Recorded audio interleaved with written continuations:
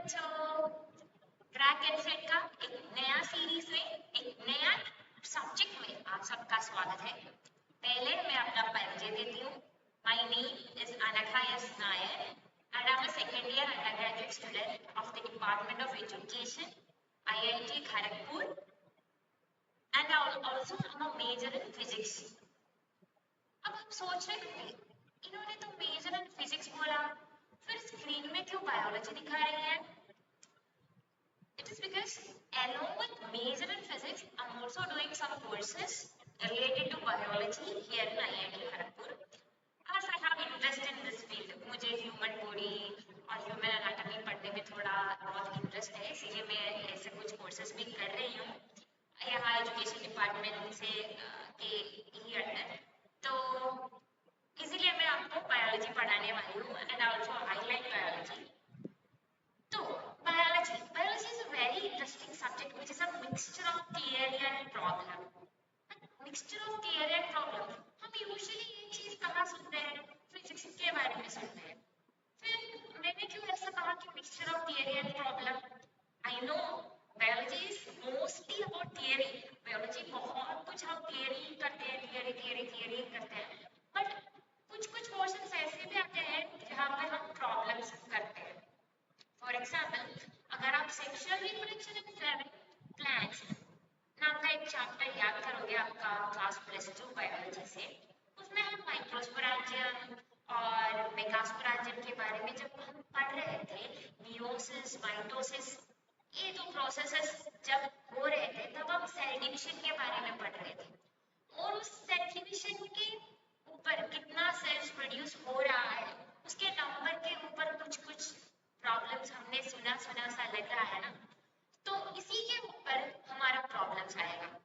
और दूसरा एक एग्जांपल ले लो तो क्लास +1 में हमने हार्ट के बारे में पढ़ा था, अपना दिल के बारे में पढ़ा था, सो कॉल्ड हृदय के बारे में पढ़ा था।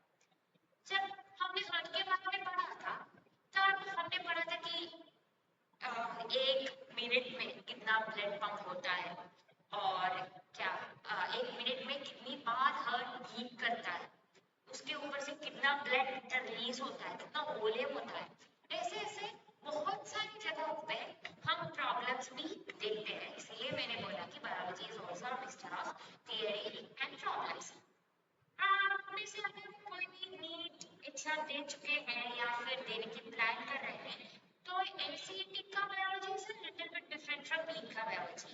नीट का बायोलॉजी में बहुत सारे थियोरेटिकल मतलब कि बहुत सारे स्टेटमेंट वाइज क्वेश्चंस पूछते हैं, इसमें क्वेश्चंस भी लंबे होते हैं, ऑप्शंस भी लंबे होते हैं और मतलब टाइम भी थोड़ा कम होता है। बट एग्जाम का बायोलॉजी उतना हार्ड नहीं है, बट पढ़ना पड़ेगा, थोड़ा तो हार्ड ही है। आईआईटी खड़गपुर या आईआईटी भुवनेश्वर तो जाना ही पड़ता है, नेक्स्ट थोड़ा तो हार्ड ही होगा। तो आज मैं आपको बायोलॉजी सब्जेक्ट समझाने वाली हूँ, उसका सिलेबस समझाने वाली हूँ। तो एक टिप दे दूँ तो कोई सा भी एग्जाम हो, कोई भी एग्जाम में आप प्रिपेयर कर रहे हो तो पहला इम्पोर्टेंट काम यही होता है कि आप सिलेबस समझो, सिलेबस में क्या क्या होता है समझो, कैसे क्वेश्चंस पूछते हैं वो समझो, उसके बाद हमें सब्जेक्ट को पढ़ना चाहिए। This is the best way to approach a subject other than just going into the subject. तो आज हम सिलेबस समझेंगे थोड़ा बहुत, उसके बाद हम कुछ स्ट्रैटेजीज डिस्कस करेंगे हम सब साथ में, और उसके बाद हमारा जो पहला चैप्टर है sexual reproduction in flowering plants, उसका एक छोटा सा पोर्शन डिस्कस करने की कोशिश करेंगे। हम धीरे से आज का क्लास आगे लेके जाएंगे। I don't want to make it so lengthy in the first class, because मुझे पता है बायोलॉजी थोड़ा सा बोरिंग लगता है कुछ लोगों को नहीं लगता, तो मैं उतना लंबा नहीं करना चाहती, आपको बोर भी कराना नहीं चाहती। तो हम आगे बढ़ते हैं अपने सिलेबस वीडियो के साथ। मैं सिलेबस के साथ थोड़ी बहुत क्या भी करूँगी पोर्शन में डिस्कस करूँगी। तो मैं भी आपकी जैसे ही थी, एक एस्पिरेंट थी, मुझे एनसीईटी क्रैक करना था और आईआईटी खड़गपुर आना था। बट जब मैं प्रिपेयर कर रही थी तब का प्रॉब्लम ये था कि बहुत सारे टेस्टेबल और क्या जिसमें मैं डिपेंड कर सकती हूँ ऐसा कोई टेस्ट मतलब वहाँ यहाँ कहीं कोई सा भी वीडियो देखो, कोई भी गाइडेंस नहीं है, ऐसे पढ़ के आए जो स्कूल में मिल रहा था वो ऐसे ऐसे देख के पढ़ के आ रहा था। तो हमारे सीनियर्स ने बहुत अच्छा इनिशिएटिव बनाया है कि आपको एक एम्पल एक टेस्टेबल रिसोर्स दे दिया जाए, हमारा क्रैक एनसीईटी। मुझे पता है कि आप बहुत अच्छे से इसको यूटिलाइज करोगे और हम अपना पूरा कोशिश करेंगे कि आपको ये चीज़ अफोर्डेबल तरीके से बहुत ईजिली अंडरस्टैंड कर सकते हैं, जैसे हम आपको डिलीवर कर सकते हैं। तो हम बायोलॉजी में आगे बढ़ते हैं। पहले आप देखते हैं हमारा सिलेबस वीडियो। तो 2025 बायोलॉजी सिलेबस सेक्शन हम डिस्कस करने वाले हैं। पहले मैं आपको बताऊं बायोलॉजी का सब्जेक्ट कोड क्या होता है। 3 और 4 होता है, वो तो आप सबको पता ही होगा। और उसके बाद क्या होता है कि आपको 28 क्वेश्चन दिया जाएगा, जो सभी में होता है, मतलब कि फिजिक्स हो या केमिस्ट्री हो, सभी में 28 क्वेश्चन होता है। उसमें से आपको कोई 25 क्वेश्चन अटेम्प्ट करने पड़ते हैं। आपको एक बात मन में याद करना है कि +4 तो मिलेगा ही मिलेगा, -1 नहीं होगा। नो नेगेटिव मार्क होता है। तो अगर आपको छोटू सा भी आइडिया हो तब आप मतलब एक 50-50 चांस के ऊपर भी आप आंसर लिख सकते हो, बट हमेशा ये करने की कोशिश करना कि आप श्योर हो आंसर के ऊपर।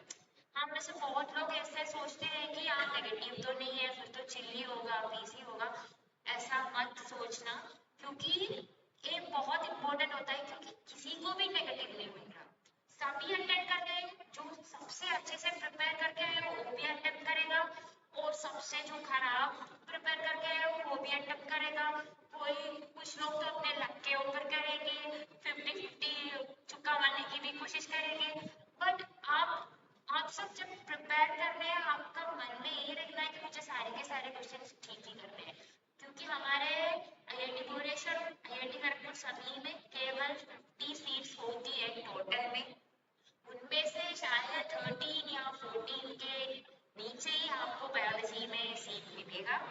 तब आप सोचिए कि कितना छोटू सा परसेंटेज पीपल को मिलने वाला है। लाइक बायोलॉजी ही नहीं, मतलब कि पूरे में मतलब एक 25 सीट है, उनमें से 25 में से 25 सीट बहुत छोटू सा नंबर में पीपल को मिलेगा।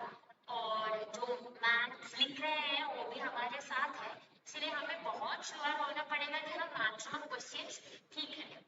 मैथमेटिक्स और बायोलॉजी की बात हम डिस्कस करेंगे तो बायोलॉजी में मार्क स्कोर करना थोड़ा और आसान होगा। सिर्फ एक ही इंसान को आसान नहीं होगा, सभी को आसान होगा। तो जो बायोलॉजी अटेम्प्ट कर रहे हैं, अपने मन में रखना कि मैं पूरा का पूरा आंसर सही करके ही आऊंगा या फिर सही करके ही आऊंगा। ऐसा आपके दिमाग में आप डाल देना और बहुत अच्छे से प्रिपेयर करके जाना, और मैं आपके साथ होंगी इस पूरे जर्नी में।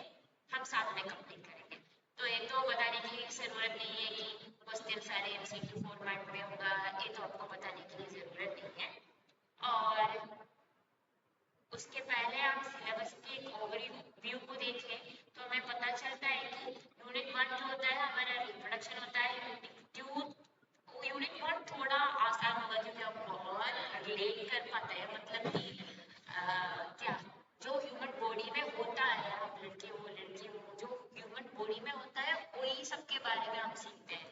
या फिर जो हम देखते हैं एक फूल खिल रहा है, पोलिनेशन हो रहा है, सब हम जानते हैं, हम लिखते हैं। तो पहला यूनिट तो आसान ही होगा, थोड़ा आप कॉमन सेंस है, कॉमन सेंस रख के भी आप आंसर लिख सकते हो। थोड़ा सा भी आइडिया है, काफी होगा। दूसरा हमारा चैप्टर है जेनेटिक्स एंड इवोल्यूशन। मुझे पता है कि जब जेनेटिक्स सुनोगे तो आप सबके दिमाग में ओ बाप रे जेनेटिक्स, मेरा भी हुआ था क्वेश्चन से कि तो घाट भी पट्टी थी मेरा। बट जेनेटिक्स एंड इवोल्यूशन थोड़ा मतलब अच्छे से कवर करना पड़ता है हमें। और हमारा तीसरा होता है biology and human welfare. Biology and human welfare इस चैप्टर में इस यूनिट में हम मेनली ह्यूमन डिसीजेस के बारे में पढ़ते हैं, जो मतलब वो भी आप बहुत रिलेट कर पाते हो, क्योंकि जो हमारा डिसीजेस होता है, हमें क्या क्या डिसीजेस आते हैं, कैसा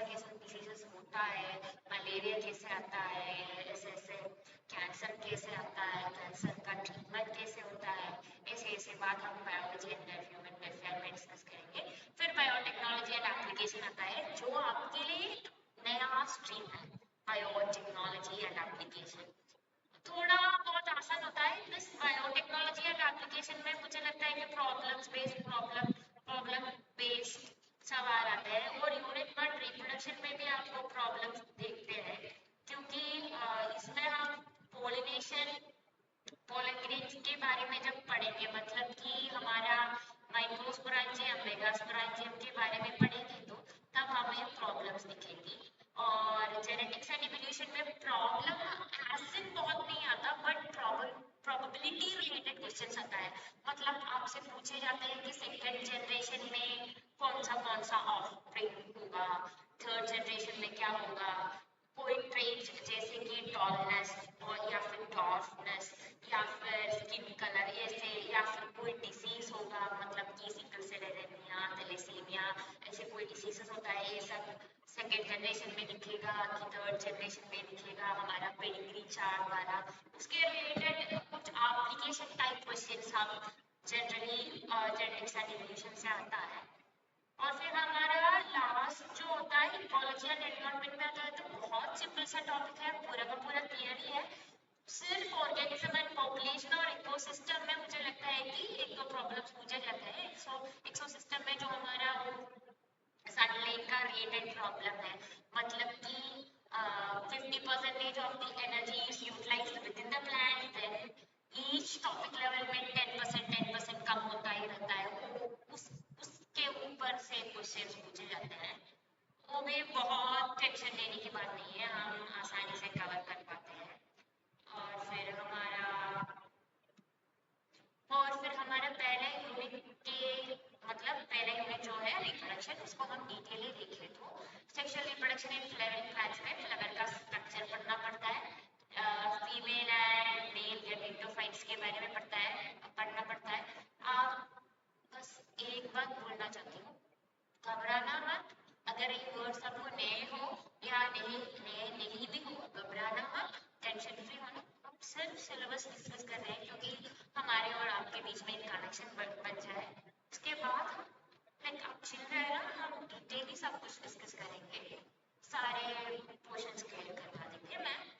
और पहले हमारा फ्लावर का स्ट्रक्चर है, development of male and female gametophytes, pollination types और एजेंसी, पॉलिनेटिंग एजेंसीज होता है, सिर्फ एजेंसीज नहीं है, मतलब बहुत सारे ऐसे पॉलिनेटर्स होते हैं, पॉलिनेटिंग एजेंसी होते हैं, उसके बारे में हम पढ़ेंगे, पॉलिनेटिंग एजेंट्स। और फिर फर्टिलाइजेशन सब प्रोसेस के बारे में पढ़ते हैं, उसमें हम आउटब्रीडिंग डिवाइसेस बहुत इंपॉर्टेंट सा टॉपिक है, आप अपने दिमाग में रख देना। pollen crystal interaction which is also simple, then double fertilization। उसके बाद हम पोस्ट फर्टिलाइजेशन इवेंट्स पढ़ेंगे, मतलब उसमें endosperm, embryo, development of a seed, fruit formation etcetera पढ़ेंगे। तो हम पहले चैप्टर को क्या करेंगे कि हम 3 सेक्शंस में डिवाइड कर देंगे, पहले 4 सेक्शन को।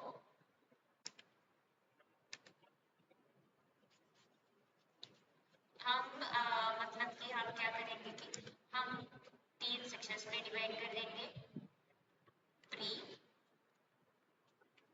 Fertilisation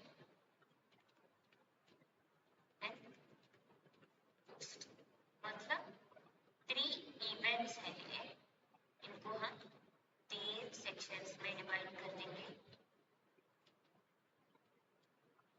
pre fertilisation, fertilisation and post fertilisation के नाम पे। और फिर क्या हम फर्स्ट प्री फर्टिलाइजेशन में हम क्या करेंगे कि एडिशन का स्ट्रक्चर क्या है, गैमेटोफाइट का स्ट्रक्चर क्या है, मेल गैमेटोफाइट क्या होता है, फीमेल गैमेटोफाइट क्या होता है, उन सब के बारे में हम प्री फर्टिलाइजेशन में पढ़ेंगे। माइक्रोस्पोरोजेनेसिस, मेगास्पोरोजेनेसिस सबके बारे में पढ़ेंगे। उसके बाद हम फर्टिलाइजेशन पढ़ेंगे, फर्टिलाइजेशन में pollen crystal interaction पढ़ेंगे, डबल फर्टिलाइजेशन पढ़ेंगे which is important, double fertilisation बहुत इंपॉर्टेंट होता है। और फिर आउटब्रीडिंग डिवाइसेस के बारे में पढ़ेंगे। उसके बाद हम पोस्ट फर्टिलाइजेशन पढ़ेंगे, मतलब कि फ्रूट का डेवलपमेंट, सीड का डेवलपमेंट कैसे होता है, ऐसे पढ़ेंगे। और फिर लास्ट में बहुत सी सिंपल सी चीज है, बुक्स में पार्थेनोकार्पी,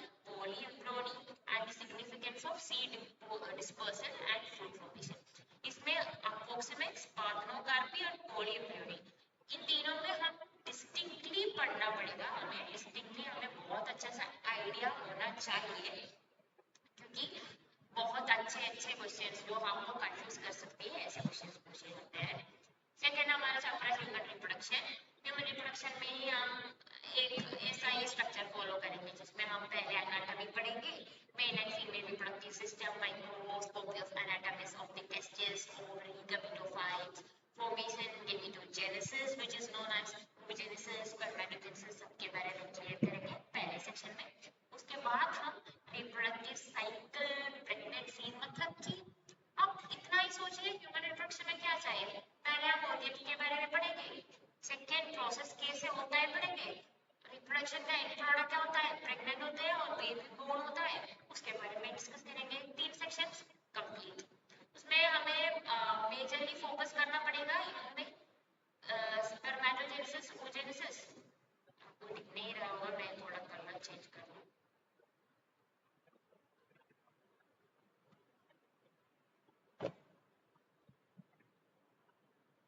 क्या कलर उसका लोग यूज करते हो, ठीक है।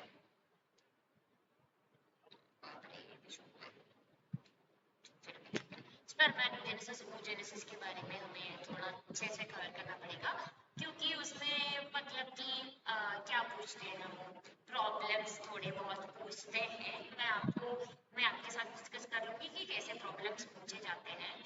और फिर रिप्रोडक्टिव साइकिल एंड प्रेगनेंसी होता है, मतलब कि हम सर्टेन हार्मोन्स की इन्वॉल्वमेंट पढ़ेंगे हमारे रिप्रोडक्टिव सिस्टम में, और लैक्टेशन, पार्चुरेशन, वो सब हम चैप्टर के एंड में कर लेंगे। बहुत आसान सा चैप्टर है, मुझे पता है आप में से बहुत सारे लोग इसे कंप्लीट भी कर चुके होंगे फिर भी। और हमारा नेक्स्ट आता है रिप्रोडक्टिव हेल्थ नाम का चैप्टर। रिप्रोडक्टिव हेल्थ में हम family planning, contraception, ultra uterine devices, उसके यूट्राइन डिवाइसेस उसके बारे में हम पढ़ेंगे, थोड़े बहुत डिसीजेस के बारे में पढ़ेंगे। प्रिक्वेशंस, मेजरली प्रिक्वेशंस होता है, उसके बारे में कॉन्ट्रासेप्टिव डिवाइसेस फैमिली प्लानिंग, उसमें और बाउंड होता है चैप्टर, वो भी बहुत सिंपली होता है, आप जल्दी से कवर कर सकते हो। और आ गया हमारा जेनेटिक्स एंड इवोल्यूशन ने साहब, मुझे आप सबकी बहुत चेहरे में वो खुशी दिख रही है जेनेटिक्स एंड इवोल्यूशन आते ही। जेनेटिक्स एंड इवोल्यूशन में ना पहले हम principles of inheritance and variation नाम का चैप्टर कवर करेंगे। उसमें हम मेंडेलियन प्रिंसिपल्स और मेंडेलियन इनहेरिटेंस के बारे में पढ़ेंगे, incomplete dominance, codominance, multiple alleles, pleiotropy. ये चारों टॉपिक बहुत इंपॉर्टेंट होता है, इसके ऊपर से आपको बहुत सारे क्वेश्चंस भी पूछे जाते हैं, इसलिए हम उसमें थोड़ा सा कंसंट्रेशन बढ़ा के देखेंगे। और फिर क्रोमोसोम्स एंड जीन्स के बारे में पढ़ेंगे हम, कि मतलब बहुत इनहेरिटेंस के बहुत सारे थियरीज होते हैं। क्रोमोसोम थियरी ऑफ इनहेरिटेंस होता है, वो थोड़ा इम्पोर्टेंट होता है, उसके बारे में हम पढ़ेंगे। फिर sex discrimination in human, birds, honeybees, as well as linkage and crossing over. Linkage and crossing over is the most difficult part of this chapter. इस चैप्टर का बहुत सा जो कठिन, हम सब बोलते हैं जैसे कठिन क्वेश्चन है, लिंकेज एंड क्रॉसिंग ओवर होता है। मतलब उससे उतना से बड़ा क्वेश्चन पूछे नहीं जाते जो आप लिख ही नहीं सकते, बट अच्छा खासा क्वेश्चन पूछ लेते हैं। और फिर हम जेनेटिक डिसऑर्डर के बारे में पढ़ेंगे, हीमोफीलिया, थैलासीमिया, कलर ब्लाइंडनेस, फिर कुछ क्रोमोसोम डिसऑर्डर्स जैसे down syndrome, Klinefelter syndrome, etcetera etcetera etcetera. बहुत आसान होता है, आप इजीली कंप्लीट भी कर सकते हो। फिर हमारा मॉलिक्यूलर बेसिस ऑफ इनहेरिटेंस आ गया। मॉलिक्यूलर बेसिस ऑफ इनहेरिटेंस में हम जेनेटिक मटेरियल के बारे में ऑब्वियसली पहले पढ़ेंगे, डीएनए, आरएनए, डीएनए पैकेजिंग पढ़ेंगे, सेंट्रल डॉग्मा पढ़ेंगे, और हमारा डीएनए रेप्लिकेशन कैसे होता है, सेंट्रल डॉग्मा क्या होता है, उन सब के बारे में पढ़ेंगे। जीन, उसमें सबसे ज्यादा इम्पोर्टेंट है इंटरफेरॉन के बारे में। इंटरफेरॉन के बारे में तो आपने पढ़ा होगा, लैक्टोज इंटॉलरेंस के बारे में तो पढ़ा होगा, वो सब थोड़ा इम्पोर्टेंट आता है। और डीएनए रेप्लिकेशन, हमारा ट्रांसक्रिप्शन, ट्रांसलेशन, ये 3 प्रोसेस थोड़े अच्छे से पढ़ना पड़ेगा। और फिर डीएनए और आरएनए का जिन्होंने फाइंड किया उन्होंने क्या क्या करके फाइंड किया है, क्या क्या एप्लीकेशंस यूज किए हैं, कैसे कैसे एक्सपेरिमेंट्स करके उन्होंने डीएनए रेप्लिकेशन के बारे में पढ़ा है, वो सब थोड़ा इम्पोर्टेंट है। हाँ, इसमें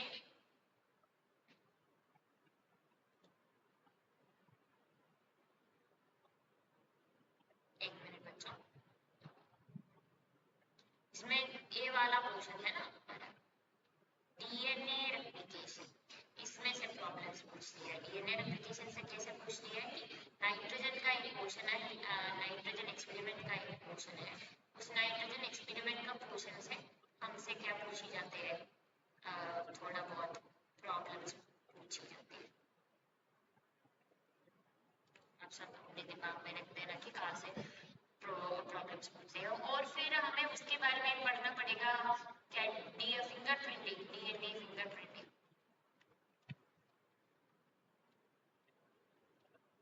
it is also important portion, क्योंकि वो क्रिमिनल्स को आइडेंटिफाई करने के लिए जो पूछते हैं ना, ऐसे एप्लीकेशन टाइप क्वेश्चन शायद पूछे ही जाते हैं।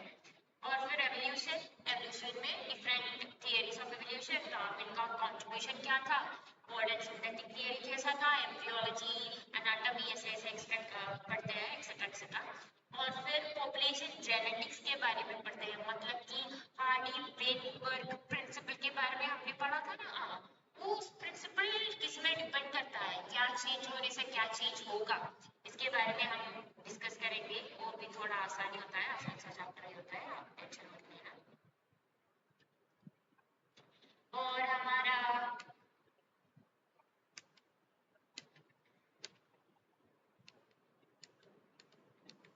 अगला चैप्टर है, अगला तीसरे होंगे biology and human welfare.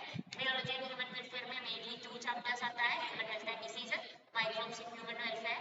Microbes in human welfare is an easy chapter, उसमें सिर्फ थोड़े बहुत माइक्रोब्स के बारे में हमें मतलब क्या बोलूँगी बाई हार्ट पढ़ना होगा। But human health and diseases में थोड़े बहुत एप्लीकेशन बनते हैं, क्वेश्चंस पूछते हैं, because it is a disease related chapter. तो आपको थोड़े बहुत मतलब थिंक करके आंसर लिखना पड़ेगा, ऐसे क्वेश्चन पूछे। HIV, एड्स और कैंसर इम्पोर्टेंट है इसमें। और हमारा मलेरिया जो होता है उसके बारे में भी बहुत अच्छे से पढ़ना पड़ता है। इस चैप्टर का स्पेशलिटी है कि symptoms, precautions,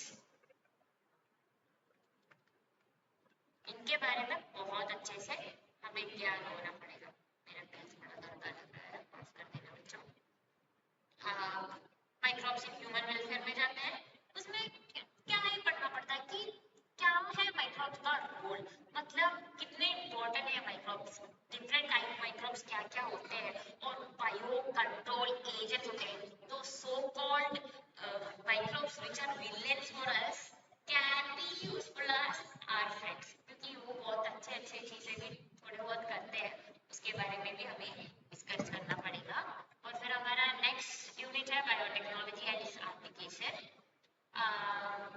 biotechnology principles and processes. इसमें हम यहाँ पे लिखा है रिकॉम्बिनेंट डीएनए टेक्नोलॉजी, इस चैप्टर के बारे में बहुत अच्छे से इसी पोर्शन में हमारा डिस्कशन बनता रहेगा। इन दोनों चैप्टर बहुत लिंक्ड है, मतलब पहला चैप्टर पता होगा तो दूसरा चैप्टर आपको समझ आएगा, हम बहुत अच्छे से कवर कर लेंगे। रिकॉम्बिनेंट डीएनए टेक्नोलॉजी ही इसका इम्पोर्टेंट पार्ट होता है। और फिर हमने जेनेटिक टेक्निक्स यूज करके बहुत सारे इन्वेंशंस किए हुए हैं, फॉर एग्जाम्पल इंसुलिन का प्रोडक्शन किया हुआ है, और बोन मैरो टेक्नोलॉजी से बहुत सारे डिसीजेस का सोल्यूशन भी लेके आए हैं, उनके बारे में हमें बहुत अच्छे से पढ़ना पड़ेगा। बाकी ये दोनों चैप्टर बहुत आसान है, आप क्लियर कर पाओगे। इकोलॉजी एंड एनवायरनमेंट, मुझे बहुत ज़्यादा बात करने की ज़रूरत नहीं है, आप अभी भी सोच रहे हो कि ये कब खत्म होगा करके, बट फिर भी हमारा ऑर्गेनिज्म एंड पॉपुलेशन, पहले organism and population is a wonderful chapter with loads of example. Organism and population का इंपॉर्टेंस ये है कि इसमें बहुत सारे एग्जांपल्स होते हैं और हमें बहुत सारे एग्जांपल्स बहुत अच्छे तरीके से करना पड़ता है। आप इतना सोचिएगा कि आपके पास एक नोटबुक है जिसमें एक एक चैप्टर का सारा वर्ड, मतलब कि for example organism and population है, ऑर्गेनिज्म एंड पॉपुलेशन के अंदर आप स्पेशल टाइप ऑफ ऑर्गेनिज्म के बारे में पढ़ेंगे, मतलब कि म्यूचुअलिज्म के बारे में पढ़ेंगे, ऐसे ऐसे different types of environmental phenomena के बारे में पढ़ेंगे, उसका एग्जाम्पल्स पढ़ेंगे, के बारे में पढ़ेंगे, उसका सेक्सुअल डिसीज के बारे में पढ़ेंगे। तो उन सबको छोटा छोटा पॉइंट करके नोट करते जाना। ऐसा नहीं है कि पूरा बुक थियरी पूरा का लिखना है, ऐसा नहीं है कि मतलब छोटू सा पॉइंट्स बना के लेके जाना है, तो आपके लिए बहुत यूजफुल रहेगा। Ecosystem is also very simple chapter. मैंने पहले ही बोला था कि इकोसिस्टम में क्या इंपॉर्टेंट होता है, हमारा पिरामिड बहुत इंपॉर्टेंट होता है पहले, और दूसरा है कि pattern and components of ecosystem, productivity is important. बहुत क्या बोलूं, बहुत टेंशन वाला चैप्टर नहीं है, आसानी से कर पाओगे।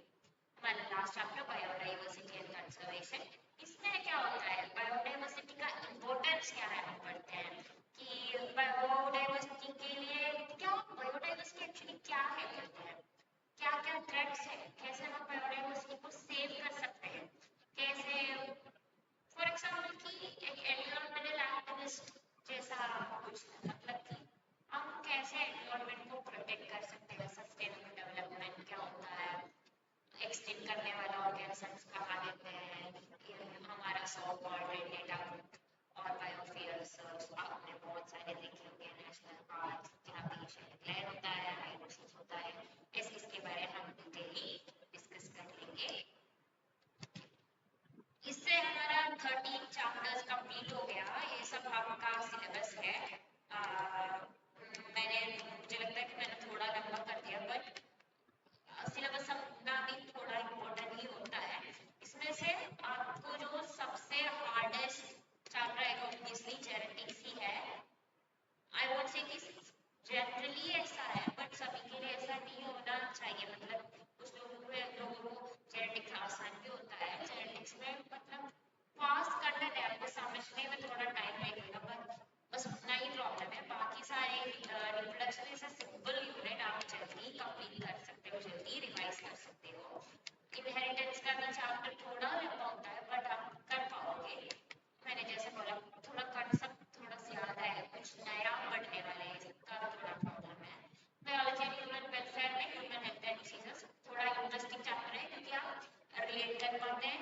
Biotechnology and application is also something new for you, but हम कर लेंगे। Ecology and environment is super easy. Okay, पहले मैं आपको बताती हूँ कि हमारा स्ट्रैटेजी क्या होगा। हमारा स्ट्रैटेजी ये होगा कि हम unit by unit he complete करेंगे। चैप्टर 1 पहले कंप्लीट करेंगे। चैप्टर 1 कंप्लीट करने के बाद हम 3 चीज करेंगे। पहला, एक revision session which will be half an hour session, जिसमें अपने डाउट पूछ सकते हो, मतलब कि जो पहले से अपने डाउट्स डाले हुए हैं मैं वो डिस्कस करूंगी। तब आप ये अपने मन में रखना कि जब after I finish the chapter you should ask doubts. मतलब ऐसा नहीं है कि मैं चैप्टर कंप्लीट करूंगी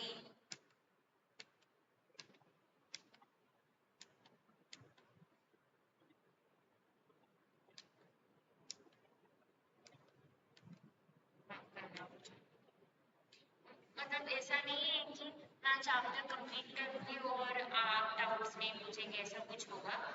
मैं चैप्टर कंप्लीट करूंगी, आप डाउट्स पूछेंगे, और उसके बाद वाले क्लास में मैं हाफ एन आवर लेके वो डाउट्स क्लियर कर दूंगी। या फिर जो क्वेश्चन मुझे हार्ड लगता है, या फिर जो क्वेश्चन में से सबसे ज्यादा क्वेश्चन पूछे गए हैं, मैं वो डिस्कस करूंगी। तो हम क्या बोलने वाले थे, स्ट्रैटेजीज। पहले हम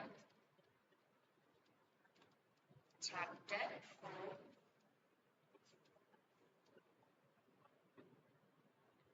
पहले हमारा चैप्टर कंप्लीट होगा,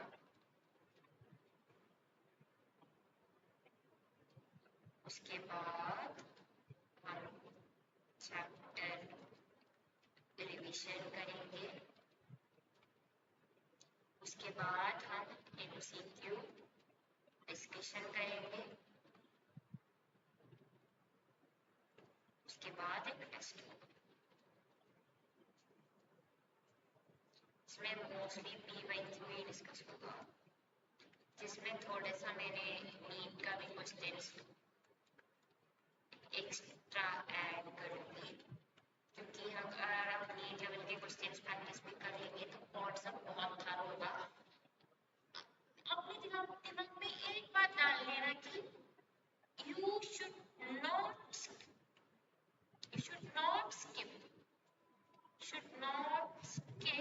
नीट क्वेश्चंस। क्यों ऐसा बोलते हैं कि नीट क्वेश्चंस को स्किप ही नहीं करना है? सिंपल सी बात है, क्योंकि कॉन्सेप्ट आपका क्लियर होगा, आपका कॉन्सेप्ट क्लियर होगा। हम एक बात अपने दिमाग में डालने वाले हैं कि हमारा कॉन्सेप्ट क्लियर होना चाहिए। कॉन्सेप्ट क्लियर होते हैं, बाकी कुछ नहीं है। कॉन्सेप्ट क्लियर करने के लिए बहुत क्वेश्चन करना पड़ता है, मतलब सिर्फ चैप्टर पढ़ना ही काफी नहीं होता, आप क्वेश्चन भी डिस्कस करना होता है। इसलिए हम नीट का क्वेश्चन स्किप नहीं करेंगे, हम नीट का क्वेश्चन भी करेंगे। इसका मतलब ये नहीं कि केवल नीट का क्वेश्चन करते रहेंगे, एनसीईआरटी और नीट का क्वेश्चन का एक मिक्सचर होगा। और फिर हम क्या करेंगे, अपना सब्जेक्ट मतलब फोल्ड कर देंगे, अब कंप्लीट कर देंगे। अब क्या है और ये हमारा सीरीज होगा, और चैप्टर के इन बिटवीन चैप्टर्स मैं क्वेश्चंस डालूंगी। तो हम क्या करेंगे, कहाँ क्वेश्चन डिस्कस करेंगे। पहला क्वेश्चन हम डिस्कस करेंगे in between chapters, second revision section में आप जो क्वेश्चंस लेके आएंगे वो वाला, thirdly MCQ, PYQ, NCERT plus NEET वाला, and fourth is test का question. I will try to complete or cover up the chapter between 4 to 5 weeks. मतलब सबसे लेंथी चैप्टर को मैं इतना दे दूंगी, जैसे genetics maximum, it is a maximum number, ठीक है। इसका मतलब हम टोटल में 65 डेज या फिर राउंड ऑफ करके मुझे लगता है कि 50 क्लासेस तो चाहिए होगा। सिंपल चैप्टर को अलग कर दूँ तो 50 क्लासेस मुझे चाहिए होगा आपका पूरा, मतलब ये सब करके कंप्लीट करने के लिए। और टेस्ट और एमसीक्यू को मैं मतलब हटा ही लूंगी। दिसंबर से पहले तो हम सब कुछ कंप्लीट कर देंगे, आप फिक्र मत करना। मतलब दिसंबर जनवरी तक तो हम बायोलॉजी तो फोल्ड कर देंगे। अगर थोड़ा लंबा हो भी रहा है तो हो जाएगा, एग्जाम से पहले तो पूरा का पूरा कंप्लीट होगा, आपको टेस्ट करने का मौका मिलेगा, बहुत अच्छा से आप प्रिपेयर कर पाओगे। अब क्या होता है कि हमारा स्ट्रैटेजीज में फोकस ऑन कॉन्सेप्ट किया, फर्स्ट थिंग कॉन्सेप्ट में फोकस करना है। मैंने बोला कि नीट और प्लस एग्जाम का कुछ दिन हमें प्रैक्टिस करना पड़ेगा। स्टडी स्मार्ट क्या होता है? स्टडी स्मार्ट क्या होता है कि डोंट मग अप एवरीथिंग, इसीलिए मैंने सिलेबस डिस्कस किया। एवरीथिंग मग अप मत करना, थिंग्स इन सिलेबस करना। अगर एक क्वेश्चन नहीं हो रहा हो, उसका मतलब ये नहीं कि आप उसमें 5 घंटे यूज करेंगे। जल्दी कवर अप करना, जल्दी फोल्ड करना और जल्दी से खत्म कर देना, और क्वेश्चन करके आपका सिलेबस को थरो कर देना। Practice MCQ which is important, stay consistent मतलब मेक श्योर कि यू प्रैक्टिस ऑलवेज। ऐसा नहीं है कि मैंने फर्स्ट चैप्टर कंप्लीट कर दिया, सेकंड चैप्टर में चली गई और आप फर्स्ट चैप्टर भूल गए। I'm trying to do a child who is smiling, but it is not happening. Okay, something like this.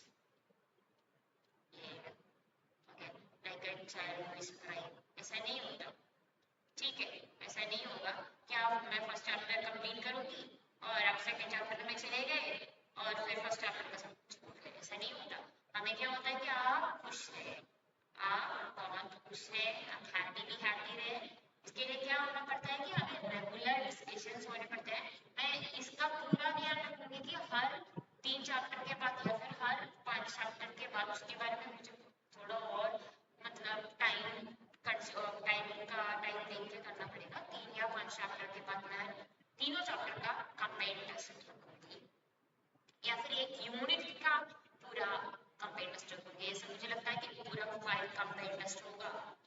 मतलब अगर 2 यूनिट साथ में कंप्लीट हो गए तो मतलब कि मैंने फॉर एग्जांपल मैंने फर्स्ट यूनिट कंप्लीट कर लिया, यूनिट 5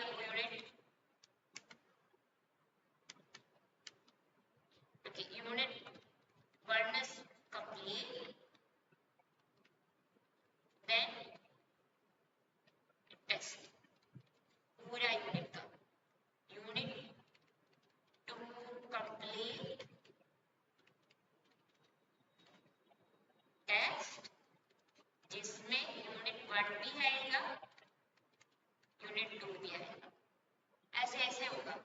और अगर इसमें मार्क कम आते हैं तो हम यूनिट 1 यूनिट 2 का अलग से टेस्ट करेंगे।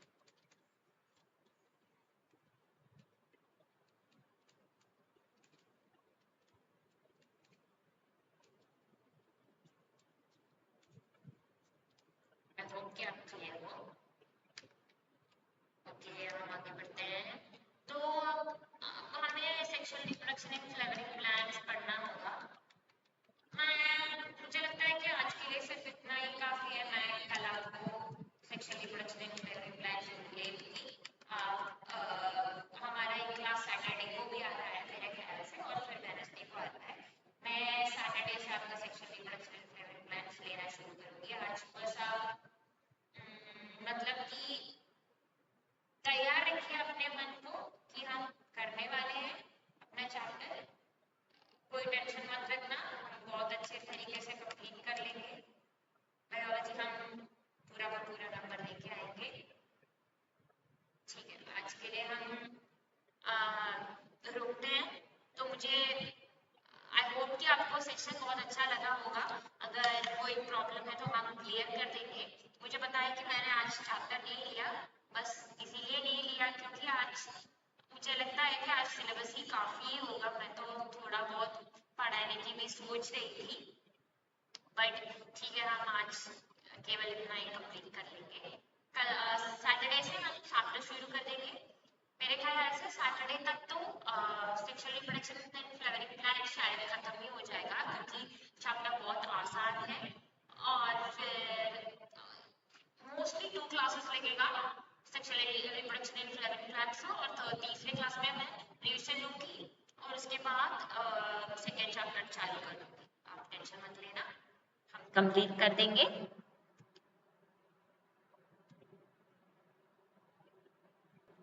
कंप्लीट कर देंगे, बहुत अच्छे तरीके से होगा।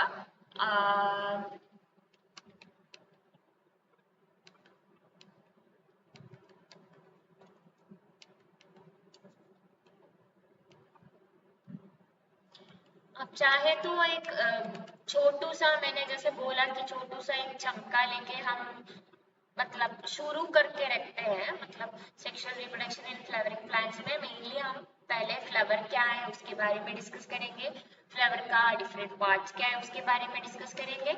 उसके बाद मेनली 3 इवेंट्स होता है, प्री फर्टिलाइजेशन, फर्टिलाइजेशन, उसके बाद पोस्ट फर्टिलाइजेशन। प्री फर्टिलाइजेशन में क्या होता है वो पढ़ेंगे, फर्टिलाइजेशन में क्या होता है वो पढ़ेंगे, पोस्ट फर्टिलाइजेशन में क्या होता है वो पढ़ेंगे। उसके बाद एडिशन के बारे में पढ़ेंगे। मैंने आपका टेक्स्ट का ही फिगर यूज किया है क्योंकि एग्जाम में वही आएगा, इसलिए वही अच्छा रहेगा कि आप टेक्स्ट का पिक्चर फॉलो करके ही जाए। एडिशन के बारे में पढ़ेंगे। उसके बाद transfer section of anther, anther क्या है, फिलामेंट क्या है, वो सब पढ़ेंगे। उसके बारे में एक एक सेक्शन को मतलब एंथर का ट्रांसफर सेक्शन के बारे में पढ़ेंगे।